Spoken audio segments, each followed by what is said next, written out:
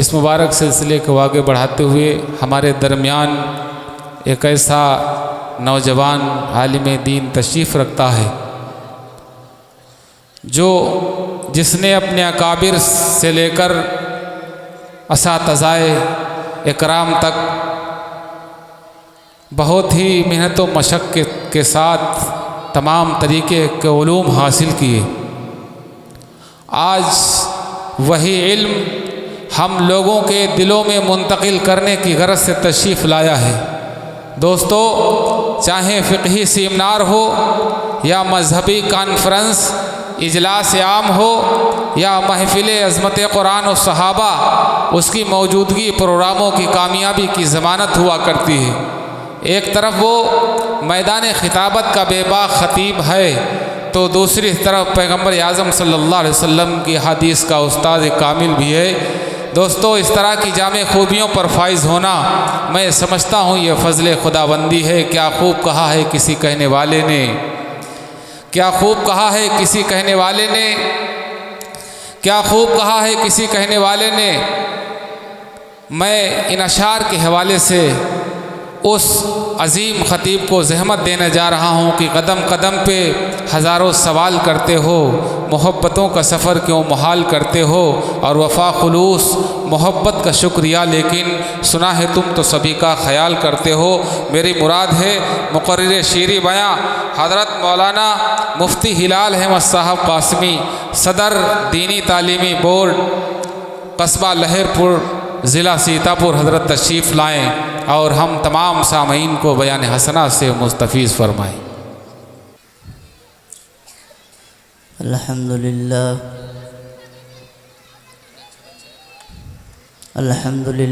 نحمده ونستعینه ونستغفره ونعوذ باللہ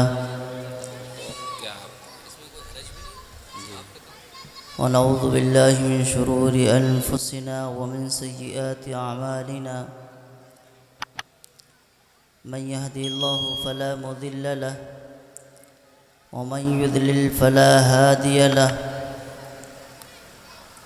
ونشهد أن لا إله إلا الله ونشهد أن سيدنا ومولانا وحبيبنا وشفيعنا محمدا صلى الله عليه وسلم أعوذ بالله من الشيطان الرجيم، بسم الله الرحمن الرحيم،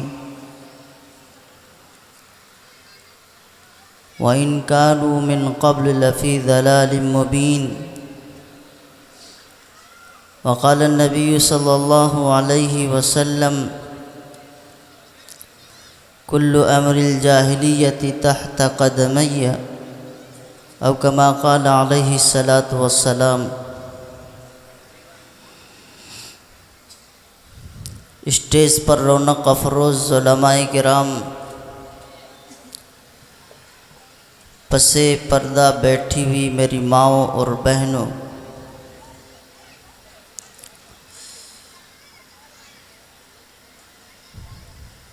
اصلاح معاشرہ ہمارے جلسوں کا صرف ایک عنوان بن چکا ہے۔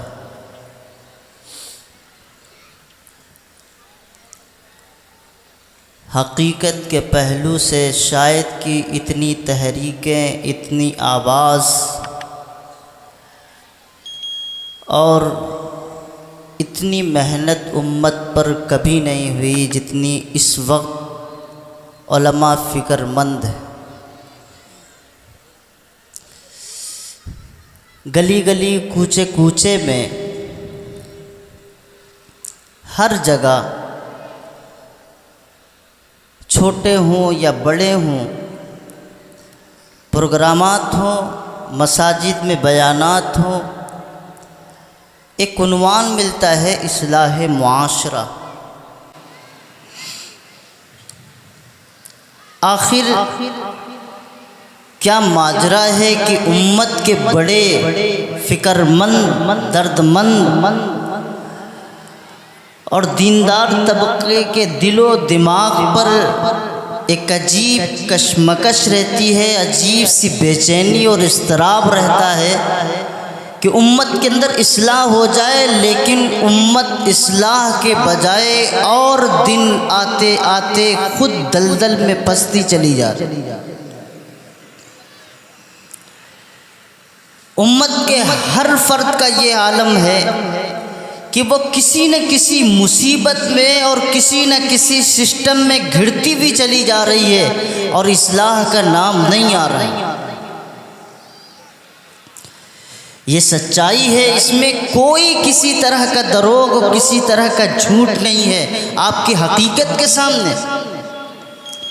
شاید کہ اس سے پہلے اتنی کانفرنسیں، اتنے جلسے، اتنے لٹریچر اور اتنے مبلغین اور اتنے مورخین مقررین کے خطبوں اور ان کے لفظوں سے، ان کے بیانات سے اصلاح کے گفتگو آپ نہیں سنتے ہوں گے، نہ تاریخ میں اس کا کہیں حوالہ ملے۔ آخر کیا وجہ؟ آپ یہ کہہ سکتے ہیں بہت آسان لفظوں میں الزام لگانے کے لیے، یا آسان لفظوں میں آپ اپنی زبان میں یہ گفتگو کر سکتے ہیں کہ جناب والا جو کہہ رہا ہے شاید اس کی زبان میں اثر نہ۔ یہ تو عام سوال کا جواب ہوتا ہے۔ ہر کسی کی زبان سے ایک کلمہ نکلتا ہے، جو کہنے والا ہے اس کی زبان میں اثر نہیں۔ تو جناب والا یہ سارا مسئلہ جو ہے، پیغمبروں کی جماعت کو آپ اٹھا کے دیکھو گے تو حضرت نوح علیہ السلام 950 سال تک تبلیغ کرتے رہے۔ ہر عالم کا، ہر دیندار کا، ہر ذمہ دار کا فرض ہوتا ہے وہ قوم کے اصلاح کے پہلو کو سامنے رکھ کے، مسئلہ یہ نہیں ہے، مسئلہ یہ ہے کہ جس زمین پر کام ہو رہا ہے، جس زمین اور میدان پہ عمل کیا جا رہا ہے، کیا وہ زمین اس لائق ہے کہ نہیں؟ کہیں ایسا تو نہیں ہماری زمین کے اندر وہ جذب کی صلاحیت ختم ہو گئی، اصلاح کی وہ کیفیات جس سے ممکن ہے اصلاح ہونا، وہ سسٹم ختم ہو چکا۔ زمین جو بنجر ہوتی ہے اسے بنجر کیوں کہا جاتا ہے؟ پانی گرتا ہے، پانی اس پہ آتا ہے، اس کی ساری تیاریاں ہوتی، سارا نظم و نسق ہوتا ہے، لیکن پھر بھی وہ زمین ہے کہ اس کے اندر سب کچھ ہونے کے باوجود کچھ نہیں اگتا۔ ہم اپنی زبان میں کہتے ہیں زمین بنجر ہو چکی۔ اللہ معاف کرے، اللہ معاف کرے، میں اور آپ سب لوگ، سب کو میں کہتا ہوں، میں بھی اسی ضمن میں آتا ہوں اور آپ بھی اسی ضمن میں آتے ہیں، کاش کہیں ایسا تو نہیں جو صدیوں سے ہمارے پیچھے اصلاح کی تحریکیں چل رہی ہیں اور دن بدن آئے دن ہر تحریک آگے بڑھ رہی ہے اور اصلاح کرنے کی کوشش کر رہی ہے، ہماری زمین دل کی بنجر ہو چکی، ہم اسے قبول کرنا ہی نہیں چاہتے، ہم اسے اپنے میدان عمل میں اتارنا چاہتے ہی نہیں۔ ہمیں اس بات کا اعتراف تو ہوتا ہے کہ ہم گناہ گار ہیں، ہمیں اس بات کا تو اقرار ہوتا ہے کہ ہم امت مسلمہ کے ان اصول اور ضابطوں سے ہٹ چکے ہیں جو امت مسلمہ کا حق تھا، ہمیں اس بات کا اعتراف ہوتا ہے ہم امت داعی بن کر کے آئے تھے، لوگوں کو دین کا صحیح پیغام پہنچانے کے لیے آئے تھے، اس بات کا تو ہمیں اعتراف ہوتا ہے ہم عمل کے اعتبار سے کمزور ہیں، اس بات کا بھی تو اعتراف ہوتا ہے کہ ہم ہر میدان میں کمزور ہیں، اپنی کمزوری کا احساس کرتے ہیں اور کرنے کے باوجود اپنے اندر کوئی تبدیلی لانے کی کوشش نہیں کرتے۔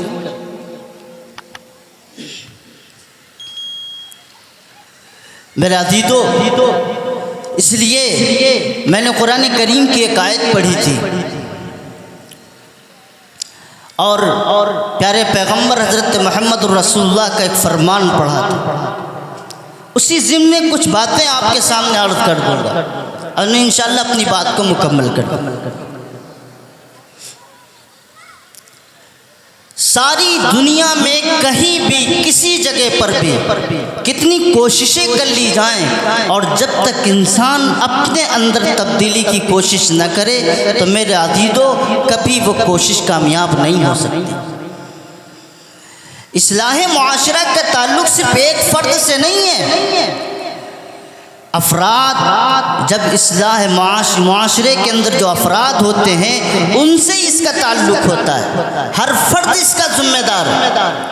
ہر گھر کا ذمہ دار، ہر گھر کا انسان، ہر گھر کے رہنے والا، ہر کوئی اس کا ذمہ دار ہے. اس لیے میرے عزیزو یاد رکھیے گا، اللہ تبارک و تعالیٰ نے جس پیغمبر کی امت میں ہم سب کو اللہ نے بھیجا ہے، یہ پیغمبر کی امت کوئی معمولی امت نہیں ہے. ہمارا پیغمبر کوئی معمولی پیغمبر نہیں ہے. اسلام کے دشمنوں نے پیغمبر کے سارے کردار کے مخالف اور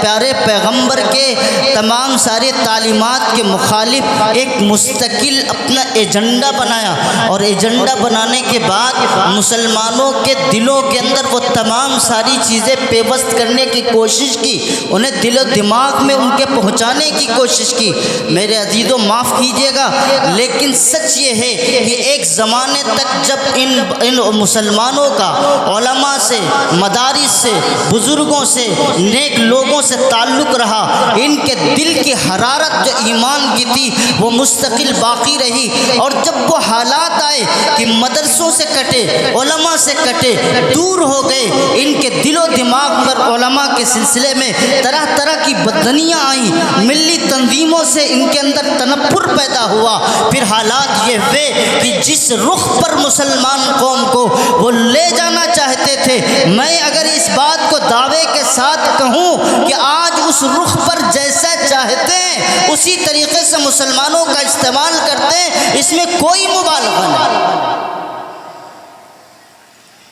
کوئی مبالغہ نہیں ہے. اس میں صاف لفظوں میں واضح کرو، آج کے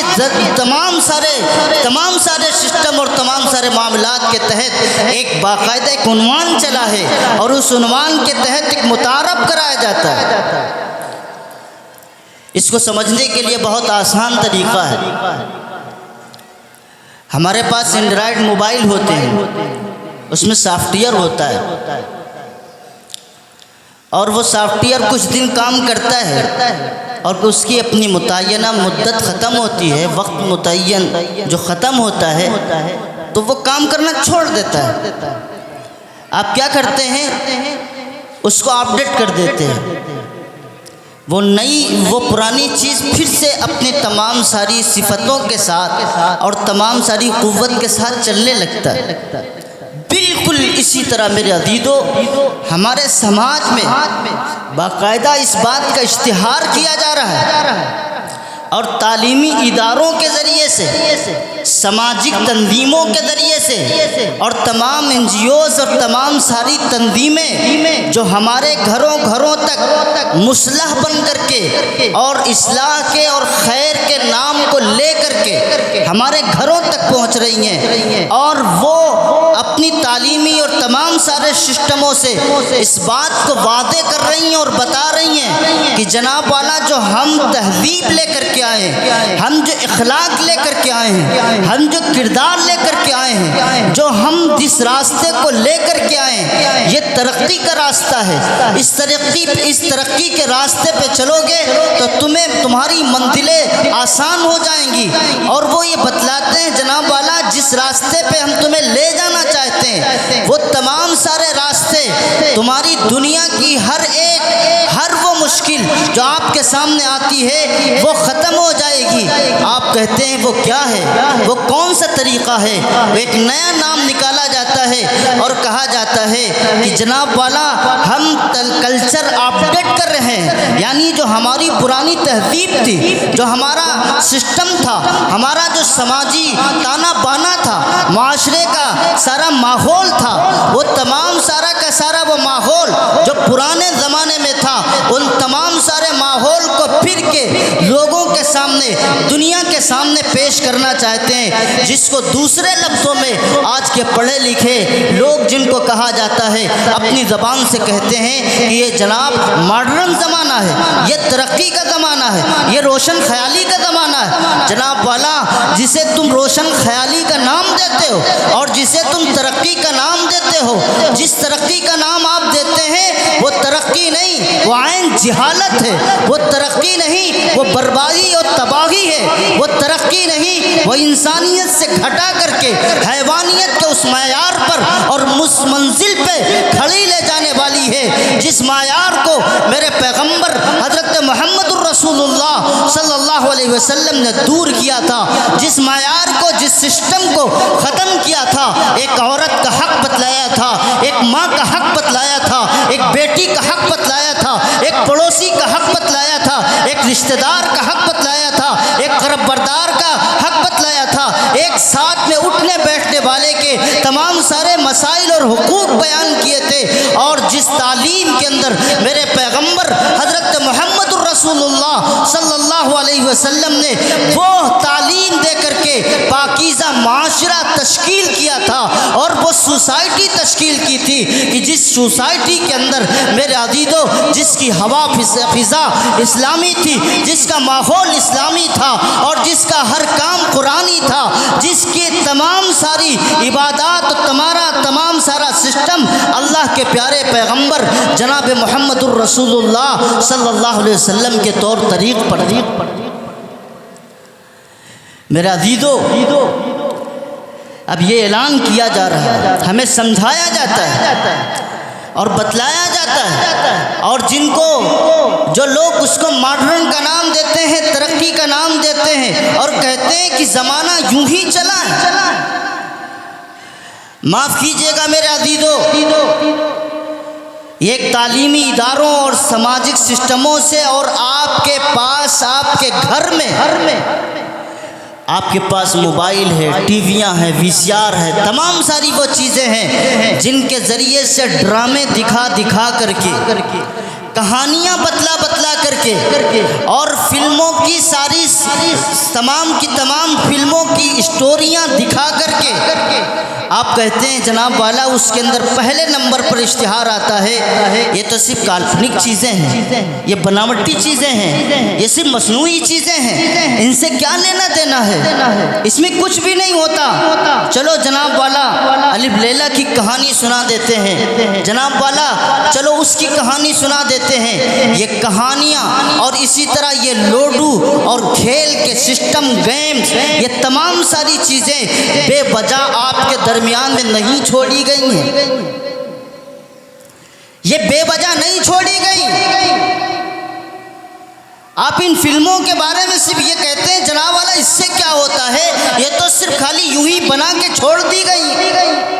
اس سے کیا تعلق ہے؟ ہم تو منورنجن کے لیے، اپنے دل دماغ کو خوش کرنے کے لیے اور جو ٹینشن ہوتی ہے اور جو دن بھر کے معاملات ہوتے ہیں ان تمام سارے معاملات کو دور کرنے کے لیے ہم ایک دو فلمیں دیکھ لیتے ہیں، کبھی ڈرامے سیریل دیکھ لیتے ہیں، کبھی ادھر کا سیریل، کبھی ادھر کا سیریل، کبھی کسی طرح کے ڈرامے۔ یہ تمام ساری چیزیں بے وجہ نہیں ہیں۔ کسی زمانے میں ناول چلتے تھے، اس میں وہ بدترین تمام سارے حالات پیش کیے جاتے تھے جس سے انسان کا اخلاق گرتا تھا، اس کے حالات گرتے تھے، معاشرے کے اندر تباہیاں پیدا ہوتی تھیں۔ بلکہ میں یہ کہوں کہ وہ معاشرے کے اندر جو ناولیں چلا کرتی تھیں کسی نہ کسی ادب کے دائرے میں رہتی تھیں، یہاں یہ سیریل، یہ ڈرامے، یہ تمام سسٹم، یہ گیمز، یہ بچوں کے ذریعے سے یا نوجوانوں کے ذریعے سے یا بڑوں کے اندر جو چل رہے ہیں، ان کے پیچھے ایک پردہ ہے اور پردے کے پیچھے پوری تحریک ہے۔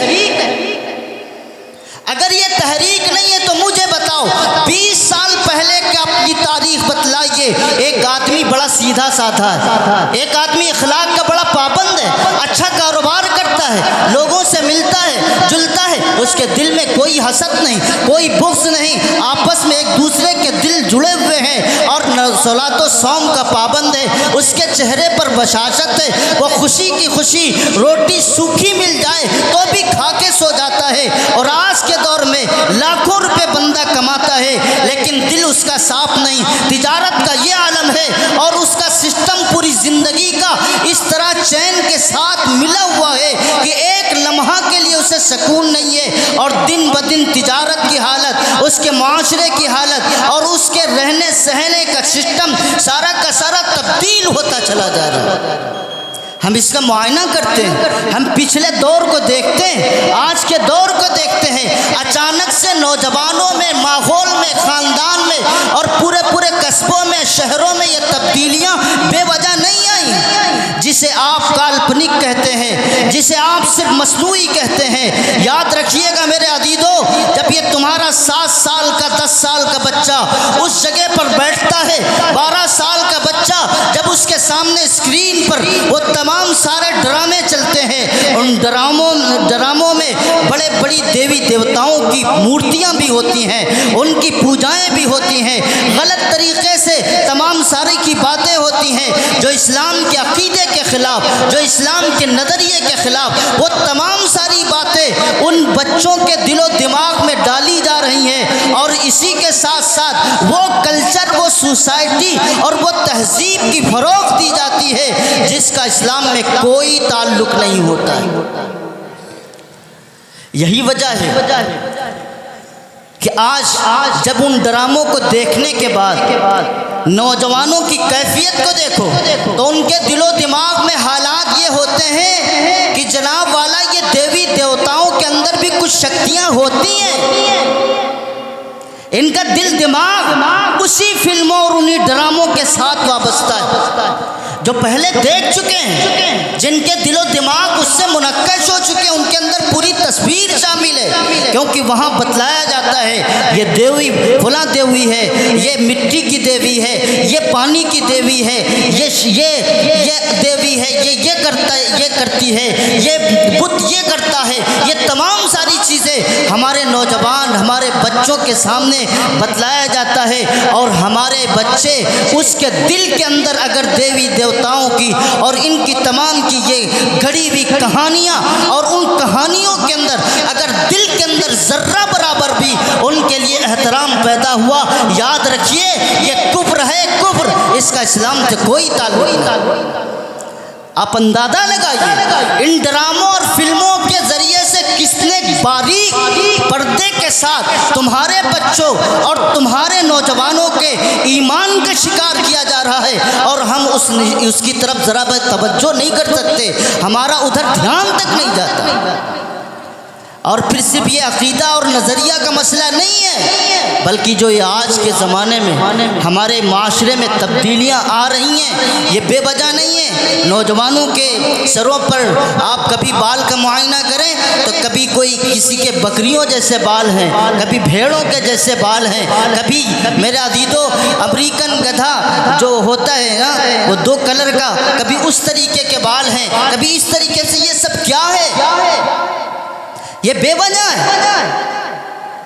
جس کو ٹانک کہا جاتا ہے، نام لیا جاتا ہے کہ ہم اپنی صحت اور اپنی صحت کو اور اپنے جسم کو مضبوط کرنے کے خاطر ہم پی رہے ہیں، اور وہ ٹانک کا نام لیا جاتا ہے، اسے شربت کا نام لیا جاتا ہے، اور وہ شراب ہوتی ہے، شراب جو مسلمانوں کے لیے حرام ہوتی ہے، اسے مسلمان نوجوان پی رہا، چرس پی رہا ہے۔ اور جناب والا میڈیکل پہ جا کے پوچھئے، انہیں معلومات کریے، ڈاکٹروں کے پاس جائیے، ان سے معلومات کریے، کتنے نوجوان اپنی جوانی کو اس تباہی کے میدان میں لے جا چکے ہیں کہ جو بغیر گولیوں کے، بغیر کیپسولوں کے، بغیر انجیکشنوں کے، بغیر چرس کے، بغیر تمام نشیلی ادوا کے اور دوائیوں کے انہیں نیند نہیں آتی، وہ 24 گھنٹہ ان نشوں کے اندر مبتلا رہتا۔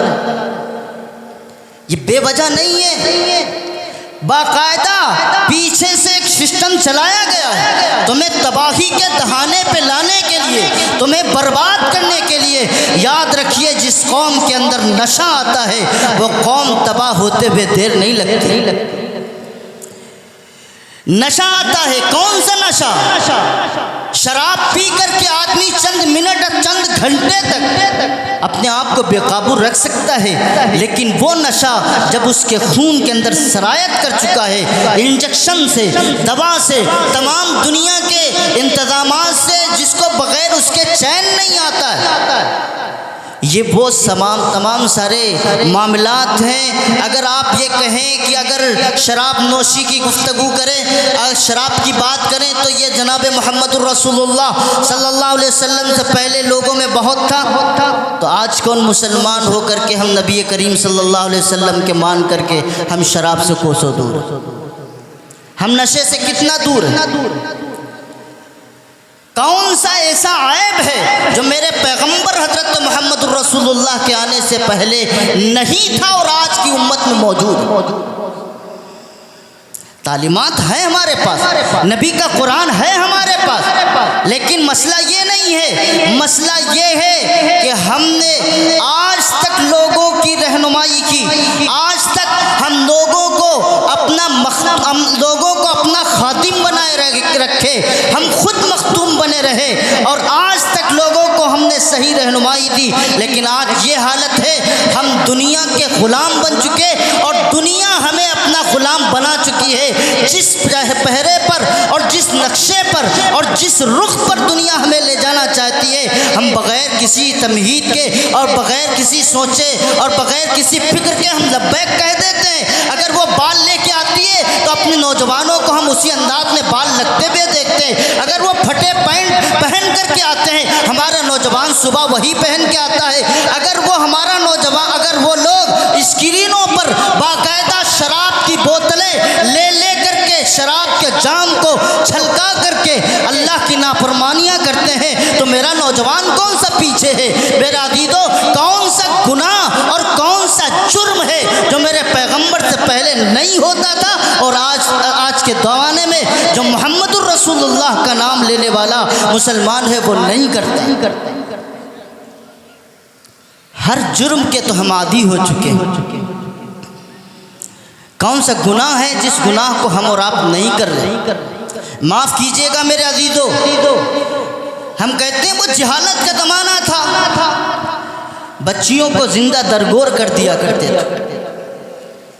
مار دیا کرتے تھے۔ چلو ٹھیک ہے، کوئی بات نہیں، وہ جہالت کا زمانہ تھا، وہ گمراہی کا زمانہ تھا، علم نہیں تھا ان کے پاس، یا وہ اپنی انانیت کی بنیاد پر یا اپنے تکبر کی بنیاد پر یا اپنے نسلی تفاخر کی بنیاد پر یا اپنے تمام طرح کی غیرت جو ان کی جہالت کی بنیاد پر تھی اس کی بنیاد پر وہ بچیوں کا قتل کر دیتے تھے۔ آج تو ماشاءاللہ پڑھا لکھا زمانہ ہے، ترقی یافتہ زمانہ ہے، ماڈرن زمانہ ہے۔ اب تو کوئی اونٹوں پر اور گھوڑوں پر جا کر کے سفر نہیں کرتا، اب تو 1 گھنٹے کے اندر جانے کہاں سے کہاں آدمی سفر کر لیتا ہے۔ اب تو ترقیوں کا زمانہ ہے، کوئی چیز ایسی نہیں ہے جس کا آپ یہ کہہ سکیں کہ جناب والا یہ ترقی کا زمانہ نہیں ہے، ہر چیز کی ترقی ہو چکی ہے۔ آپ یہاں بیٹھے امریکہ میں آپ کی گفتگو ہو رہی، آپ کی یہاں کی تصویر پوری دنیا میں پھیل رہی، ویڈیو پوری دنیا میں پھیل رہا ہے۔ پہلے زمانے میں تو یہ کچھ تھا ہی نہیں، اب تو ترقی کا زمانہ ہے نا، پڑھے لکھے لوگ ہیں ہم۔ اللہ کے نبی حضرت محمد الرسول اللہ صلی اللہ علیہ وسلم کے پاس ایک صحابی، ایک چھوٹی سی بچی کھڑی ہے، ان کی خود کی بیٹی ہے، بڑے پیار سے اس سے بول رہے ہیں، اس کو بڑے پیار سے سینے سے لگا رہے ہیں۔ اللہ کے نبی گزرتے ہیں، صحابی سے کہتے ہیں کہ اچھی لگتی ہے؟ اللہ کے نبی بالکل اچھی لگتی ہے، بڑا پیار آتا ہے، جتنی محبت اس سے ہے کسی سے نہیں۔ بیٹی تھی، صحابی تھے، کہا اللہ کے نبی ان گستاخ ہاتھوں نے اور ان ہاتھوں کے اندر، ہمارے ہاتھوں کے اندر 7 بچیوں کا خون لگا ہوا ہے۔ ہم اتنے بے درد قاتل تھے اور ہم اتنے بے درد ظالم باپ تھے کہ ہمارے ہاتھ ذرہ برابر بھی کانپے نہیں۔ واقعہ سناتے ہیں اللہ کے نبی، ایک مرتبہ میری 7 سال کی بچی تھی، میں سفر میں گیا اور اپنی بیوی سے کہہ کے گیا کہ جب کوئی بچہ پیدا ہو تو اس کی اچھی طرح تربیت کرنا، اگر بچی پیدا ہو اسے زندہ رہنے کا کوئی حق نہیں، یہ کہہ کے گیا۔ واپس آیا، تقریباً 4-5 سال کے بعد میں واپس آیا، اپنی بیوی کے پاس بیٹھا ہوا تھا، میں نے خیریت پوچھی، اس نے بتایا ہاں بچہ ہوا تھا، اور پھر اس کے بعد میں آگے بات چلی، کھانا کھاتا رہا اور ایک بچی میرے صحن کے اندر آئی، اور وہ 6-7 سال کی معصوم کلی اور 6-7 سال کی معصوم پھول میرے صحن کے اندر کھیلتی ہے، اور اس کا انداز اور اس کے کھیلنے کی وجہ سے میرے دل کے اندر بڑا پیار آیا، اور میں نے اپنی بیوی سے کہا کاش کہ میرے بھی گھر کے اندر ایک پھول ہوتا، کاش کہ میرے بھی گھر کے اندر ایک ایسا پھول ہوتا جو میرے چمن کی رونق اور زینت بنتا۔ بیوی باپ کی محبت کو دیکھتی ہے اور سمجھتی ہے کہ باپ کے دل میں شاید بیٹی کے سلسلے میں محبت جاگ اٹھی ہے، زبان سے کہتی ہے یہ کلی وہی تو ہے جس کو آپ چھوڑ کے گئے تھے، میں نے آپ کے خاطر کہیں آپ کے دل و دماغ کے اندر وہی شیطانی غیرت نہ آ جائے، اس لیے پڑوس کے گھر میں اس کو رکھا تھا، اس کی پرورش کروائی ہے، وہیں اسے رکھا تاکہ جب آپ آ جائیں آپ کی محبت غالب ہو جائے، تب میں یہ تعارف کراؤں کہ یہ بیٹی آپ کی ہے، یہ پھول آپ کا ہے، یہ جو آپ کے آنگن میں کھلا ہوا ہے۔ صحابی کہتے ہیں اللہ کے نبی اس جہالت کے دور میں ابھی پیار جاگا ہی تھا کہ دوسری طرف میرے دل و دماغ کے اندر وہی غیرت کی جہالت کی بو میرے جسم کے اندر دوڑی، اور میرے خون کے اندر غیرت کا خون دوڑا، اور میں نے یہ سمجھ لیا کہ عرب کے اندر اگر کسی کی بیٹی زندہ رہتی ہے تو یہ اس کی غیرت کے خلاف ہے۔ میں نے اپنی بچی کو بلایا، اسے بہانے سے بلایا، اور بلانے کے بعد اپنے ساتھ لے گیا، بیوی کو نہیں بتایا، اور جانے کے بعد میں جنگل کی طرف چلنے لگا۔ راستے میں بیٹی سے کہتا ہوں بیٹی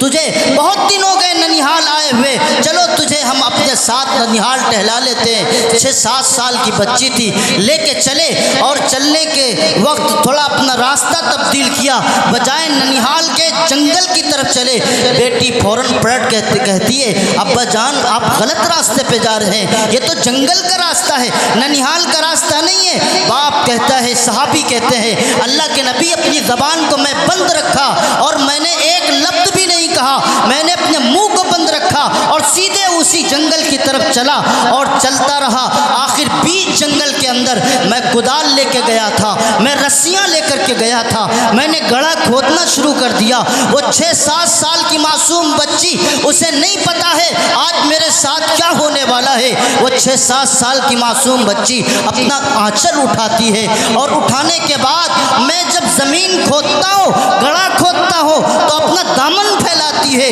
اپنا آنچل پھیلاتی ہے۔ ابا جان آپ کیوں پریشان ہو رہے ہیں؟ یہ دھوپ کی تپش ہے، یہ گرمی کی شدت ہے، پسینہ ٹپک رہا ہے، آپ بے وجہ کی یہ محنت کیوں کر رہے ہیں؟ ابا جان کس لیے یہ محنت کر رہے ہیں؟ اور صحابی کہتے ہیں اللہ کے نبی میں نے کسی بات کا جواب نہیں دیا، میں گڑھا کھودتی رہی، میں کھڑا کھودتا رہا یہاں تک کہ کھود دیا کہ جب اس بچی کے ناپ کے برابر ہو گیا۔ وہ چھوٹی سی بچی 6-7 سال کی تھی، اسے اس بات کا اندازہ ہو گیا تھا عرب معاشرے اور ماحول کے اعتبار سے کہ آج میری یہ قبر کھودی جا رہی ہے۔ ابا جان یہ کوئی گڈھا نہیں، میری قبر کھود رہے ہیں، آج میری زندگی کا آخری چراغ بجھنا ہے، آج مجھے دنیا کو خیر آباد کرنا ہے۔ ابا جان سے مخاطب ہو کر کے جو بیٹی کہتی ہے، صحابی کہتے ہیں وہ مجھ سے مخاطب ہو کر کے کہتی ہے ابا جان چھوڑ دیجئے، مجھے معاف کر دیجئے،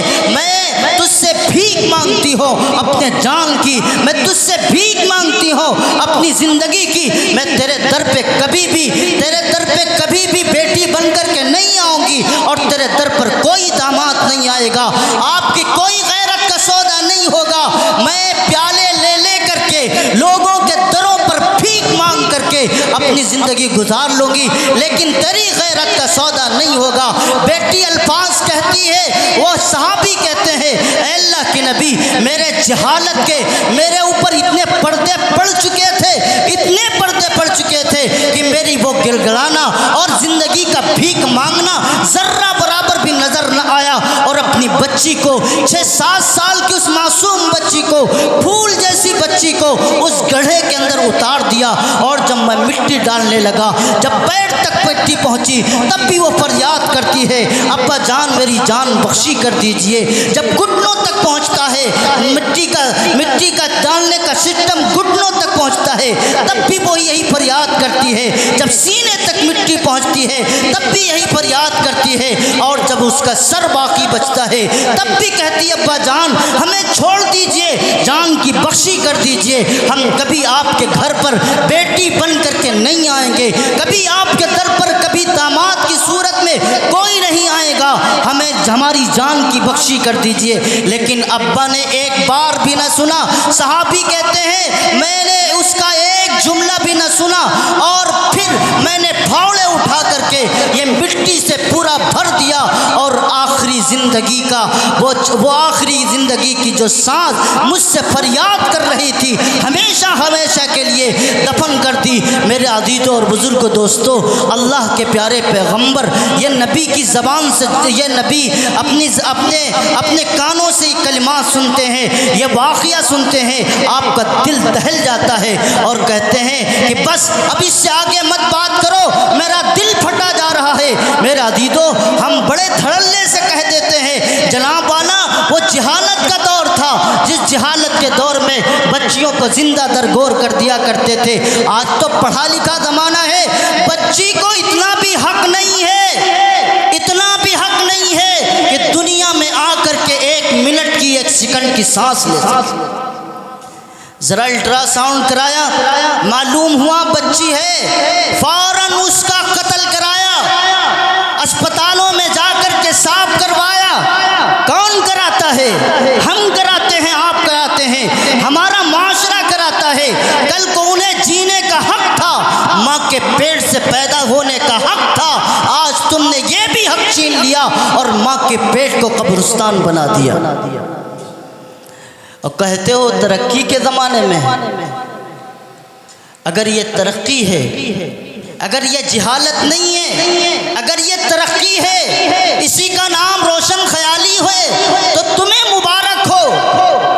تمہیں مبارک ہو. یہ ترقی نہیں, یہ جہالت ہے. یہ ترقی نہیں, یہ انسانیت کا قتل ہے. یہ ترقی نہیں, یہ تباہی ہے. یہ ترقی نہیں, یہ بربادی ہے. یہ نسلوں کو برباد کرنے والی ہے, یہ قوموں کو برباد کرنے والی ہے. اس لیے میرے عزیزو یاد رکھیے گا, اللہ کے پیارے پیغمبر جناب محمد الرسول اللہ صلی اللہ علیہ وسلم نے جو ہمیں تعلیمات دی ہیں, جو دین ہمیں عطا فرمایا ہے, یہ وہ دین ہے جس دین کی بدولت ہم پوری دنیا کے اندر پھیلے ہوئے ہیں اور پوری دنیا میں ہر جگہ پر ہمارا نام لیا جاتا ہے. یہ اللہ کا دین اتنا سستا اور اتنا معمولی بھی نہیں, ہم جیسے چاہیں اپنی مرضی کے مطابق چلائیں.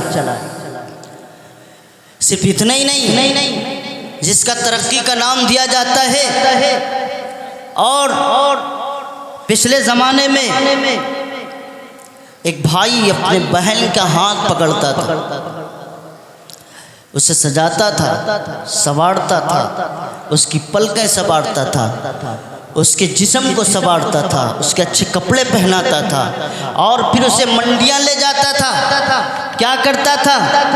اپنی بہن کی عزت کی سودے گری, اپنے بہن کی عصمت کی سودا گری. اور بھائی کہتا تھا اپنی بہن کے لیے, اس کے لب دیکھو کتنے خوبصورت ہیں, اور اس کے ہونٹیں دیکھو کتنی خوبصورت ہیں, اس کا جسم دیکھو کتنا خوبصورت ہے, اور اس کے کپڑے دیکھو کتنے خوبصورت ہیں. اپنی بہن کی تمام ساری چیزیں سرے بازار لوگوں کے سامنے کرتا تھا,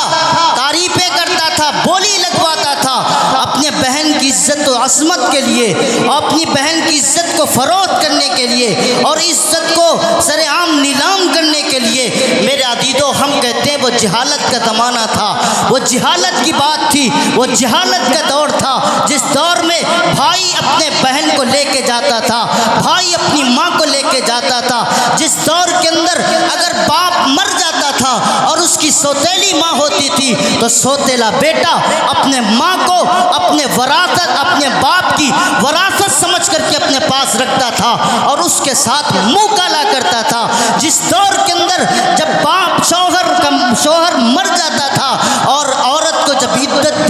دن گزارنے ہوتے تھے اس کو اندھیری کوٹھری کے اندر بند کر دیا جاتا تھا۔ اسے کھلا کھانے کی اجازت نہیں تھی، اسے باہر اپنے حاجت کو پورا کرنے کی اجازت نہیں تھی، کسی تقریب میں جانے کی اجازت نہیں تھی، اس کو ناخون کاٹنے کی اجازت نہیں تھی۔ 4 مہینے تک مسلسل عورت اسی کمرے میں بند رہتی تھی اور جب اسے کھانا دیا جاتا تھا کتوں کی طرح پھینک کر کے دیا جاتا تھا۔ اور والعیاذ باللہ حالات اتنے بگڑتے تھے کہ اگر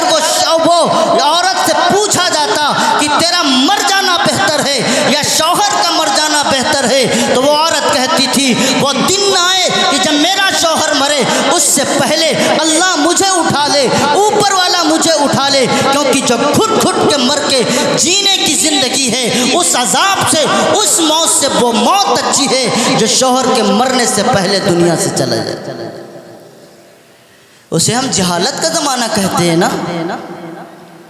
اور آج تو ماشاءاللہ کسی بھائی کو بہن کا ہاتھ پکڑنے کی ضرورت بھی نہیں ہے، کسی باپ کو اپنی بیٹی کو سنوارنے کی ضرورت نہیں ہے، اب بولی لگانے کی ضرورت نہیں ہے۔ پہلے منڈیاں سستی تھیں، آج تو میلے سستے ہیں، آج تو گلیاں سستی ہیں، آج تو شادی خانے سستے ہیں، اور ہماری بچیاں، ہماری بیٹیاں، ہماری مائیں، ہماری بہنیں اور تمام سارا کنبہ خاندان تہذیب داروں کا ہو، دینداروں کا ہو، حاجیوں کا ہو، نمازیوں کا ہو، پارسیوں کا ہو، کسی کا اٹھا کے دیکھو کس کے گھر میں فاطمۃ الزہرا کی جھلک آتی ہے، کس کے گھر میں امی جان عائشہ کا نقشہ نظر آتا ہے، کس کے گھر میں مدینے پاک کا وہ نقشہ نظر آتا ہے جو نقشہ میرے پیغمبر جناب محمد الرسول اللہ نے دیا تھا، جو نقشہ اور جو کردار میرے پیغمبر نے اپنی بیٹیوں کو بتایا تھا،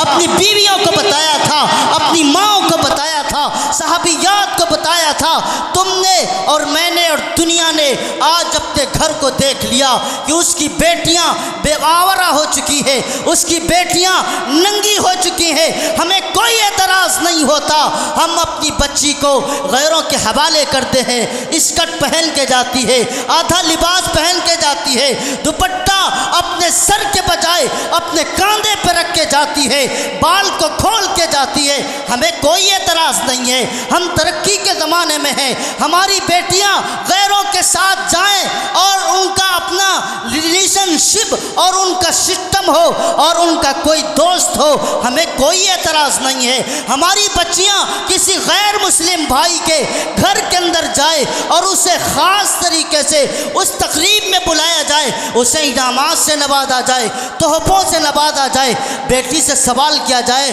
بیٹا کہاں تھے، کہتی ہے ہم اپنے فرینڈ کے ہاں تھے، اپنے دوست کے یہاں تھے، کیا تھا، شادی تھی، تقریب تھی، دیکھو کتنا بہترین تحفہ دیا ہے، کتنے اچھے سامان دیے ہیں، اور وہ دھیرے دھیرے ہماری بیٹی اس سے متاثر ہو کر کے اس حق تک پہنچتی ہے، اس میدان تک پہنچتی ہے، اس منزل تک پہنچتی ہے جس کی زبان پر ایک ہی کلمہ ہوتا ہے، مذہب نہیں سکھاتا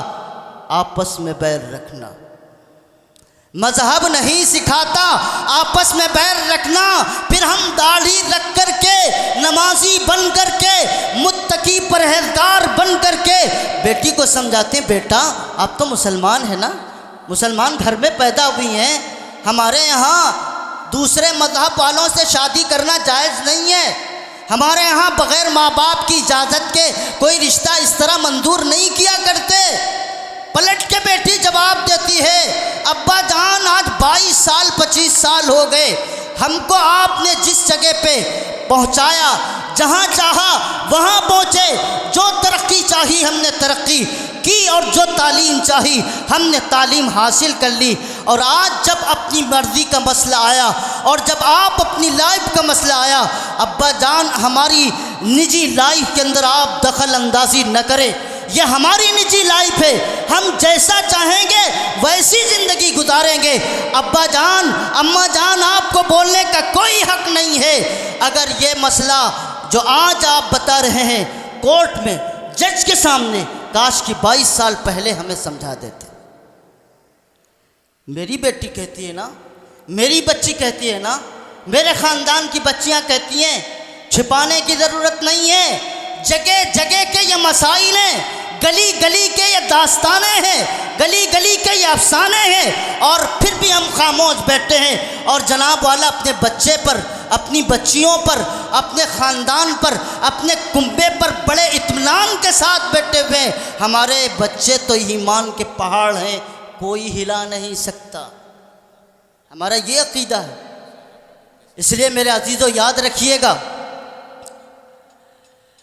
ہم کہنے کو کہہ لیں کہ یہ ترقی کا زمانہ ہے، مادے کے ترقی کا زمانہ ہے۔ مادے نے ترقی کی، مٹی سے سونا بن گئی۔ مادے نے ترقی کی، مٹی کے گھر تھے پکے گھر بن گئے۔ مادے نے ترقی کی، جو زمین سے آسمان کی طرف اڑنا نہیں جانتا تھا، وہ آسمانوں میں اڑ کر کے سفر کر رہا۔ یہ مادے کی ترقی ہے۔ لیکن سچ یہ ہے میرا عزیزو، میرے بھائیوں، جو دین کے راستے میں ترقی ہونی چاہیے، جو دین کی بنیاد پر ترقی ہونی چاہیے، وہ ترقی نہیں تنزلی ہے۔ ہم پھر اسی جہالت کے پیچھے اور اسی جہالت کی طرف جا رہے ہیں جس جہالت کو میرے پیغمبر نے دور کیا تھا، جس جہالت کی وجہ سے میرے پیغمبر تشریف لائے تھے، اور جس جہالت کی وجہ سے میرے پیغمبر کو مبعوث کیا گیا تھا، اور اللہ کے نبی حضرت محمد الرسول اللہ کے اوصاف جمیلہ میں یہ وعدے کیا گیا تھا، لِيُخْرِجُكُم مِّنَ الظُّلُمَاتِ إِلَى النُّورِ، کہ اللہ نے تمہیں بھیجا ہی اسی لیے ہے کہ دنیا کی انسانیت جو بھٹک رہی ہے تاریکیوں میں، ضلالتوں میں، گمراہیوں میں، اسے نکال کر کے روشنی کی طرف لے کر کے آؤ۔ اس لیے میرے عزیزو، آخر میں ایک بات عرض کر کے اپنی بات کو ختم کر دوں گا، 4 منٹ بچے۔ جب کسی قوم کے اندر غیرت مٹتی ہے، جب کسی قوم میں غیرت مٹتی ہے تو اس کا سب کچھ لٹ جاتا ہے۔ ہم سے آج ایمان کی غیرت گئی، حیا کی غیرت گئی، اسلام کی غیرت گئی، ساری غیرتیں لٹ چکی، ساری غیرتیں لٹ چکی ہیں۔ کون سی غیرت ہے جو ہمارے دل کے اندر آتی ہے؟ اتنے ہی بڑے باغیرت ہوتے، اتنے ہی غیرت ہوتے تو میرے عزیزو، مجھے یاد ہے سن 92 میں جب اسی یو پی کی زمین پر اور آپ کے پڑوس میں بابری مسجد کو شہید کیا گیا تھا، میرا بچپن تھا، میں نے بوڑھوں کو روتے ہوئے دہاڑتے ہوئے دیکھا، میں نے نوجوانوں کو جو کبھی مسجدوں کی طرف رخ نہیں کرتے تھے، ان نوجوانوں کو مسجدوں میں اللہ کے سامنے سجدہ ریز ہوتے ہوئے دیکھا، بوڑھی ماں اور بہنوں کو گھروں میں سسکیاں لیتے ہوئے دیکھا۔ کسی کے گھر کے اندر اس دن پورے دن کسی کے گھر میں چولہے کے ایک لکڑی بھی نہیں لگی اور کہیں دھواں کا سراغ تک نظر نہیں آیا تھا۔ آج جب یہ حالات ہوئے، ہم نے دیکھا جو نوجوان کل کو مسجد نہیں آتا تھا وہ آج بھی مسجد نہیں آ رہا ہے۔ کوئی بھی جو سب فجر میں 8 لوگوں کی اگر ہوتی تھی تو آج بھی 8 لوگ ہیں، 9واں نہیں بڑھا، 10واں نہیں بڑھا، 11واں نہیں بڑھا، کوئی نوجوان نہیں آیا۔ اور اس وقت جب وہ فیصلہ ہوا تھا اس کے بعد ظہر کی نماز تھی۔ مجھے انصاف سے بتاؤ، تم محمدی میں رہتے ہو یا آس پاس پہ کہیں بھی رہتے ہو، مجھے انصاف بتاؤ، کیا اس دن مسلمانوں نے آ کر کے مسجدیں بھری تھی اور یہ عہد کیا تھا الہی ایک گئی تو گئی، اسلام تو جیت گیا، آج مسلمان ہار گیا؟ اسلام نے تو یہ ثابت کر دیا کہ مسلمان جب اللہ کا گھر بناتا ہے تو اس جگہ پر گھر بناتا ہے جس کو خرید لیتا ہے، جس کو خرید کر کے اور پھر اس جگہ پر اللہ کا گھر بناتا ہے۔ ناجائز جگہ پر اللہ کا گھر نہیں بناتا، کیونکہ مسلمانوں کا عقیدہ ہے، اسلام کا عقیدہ ہے، اسلام کی بنیاد یہ ہے کہ ناجائز جگہ پر نہ مسجدیں بنتی ہے نہ نماز ہوتی۔ اور جو ایک مرتبہ مسجد بن جاتی ہے وہ قیامت تک مسجد ہی رہتی ہے۔ کسی نے یہ عہد کیا ہو الہی ہوا جو ہوا سو ہو گیا، ہم نے تو یہ واضح کر دیا اسلام سچا مذہب ہے اور اسلام حقانیت کو واضح کرتا ہے۔ سپریم کورٹ نے یہ مان لیا کہ ہاں مسلمانوں نے یہ زمین جو جس جگہ پر مسجد بنی ہے یہاں کوئی مندر نہیں توڑا گیا اور یہ مسجد تھی، لیکن مسلمانوں میں آپ سے پوچھتا ہوں ایسے موقع پر یہ حق واضح ہو گیا اسلام تو جیت گیا، مسلمان ہار گیا۔ کتنے مسلمانوں نے اس کے بعد سے یہ عہد کیا تھا اپنے محلے کی مسجد کو ہم بابری مسجد نہیں بننے دیں؟ کتنے لوگ ظہر میں آئے،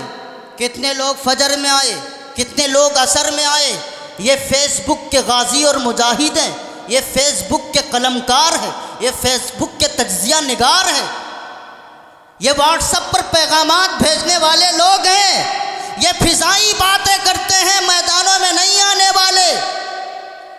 ان کی غیرتیں مٹ چکی ہیں، ان کی غیرت کا خاتمہ ہو چکا ہے۔ خدا را مسلمانوں اپنے آپ کو سنبھالو سنبھالو، تمہارے بعد ایک نسل آنے والی ہے، کہیں ایسا نہ ہو تمہارے نقش قدم کو دیکھنے کے بعد آج تمہارے سروں پہ ٹوپیاں نظر آتی ہیں، چہرے پہ داڑیاں نظر آتی ہیں اور کل میں یہ بھی علامتیں ختم ہو جائیں۔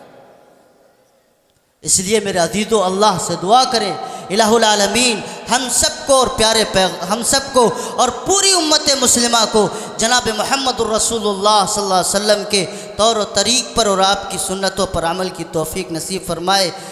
دین و دنیا کی بھلائی گر تجھے منظور ہے، اس کا دامن تھام لے جس کا محمد نام ہے۔ وآخر دعوانا الحمدللہ۔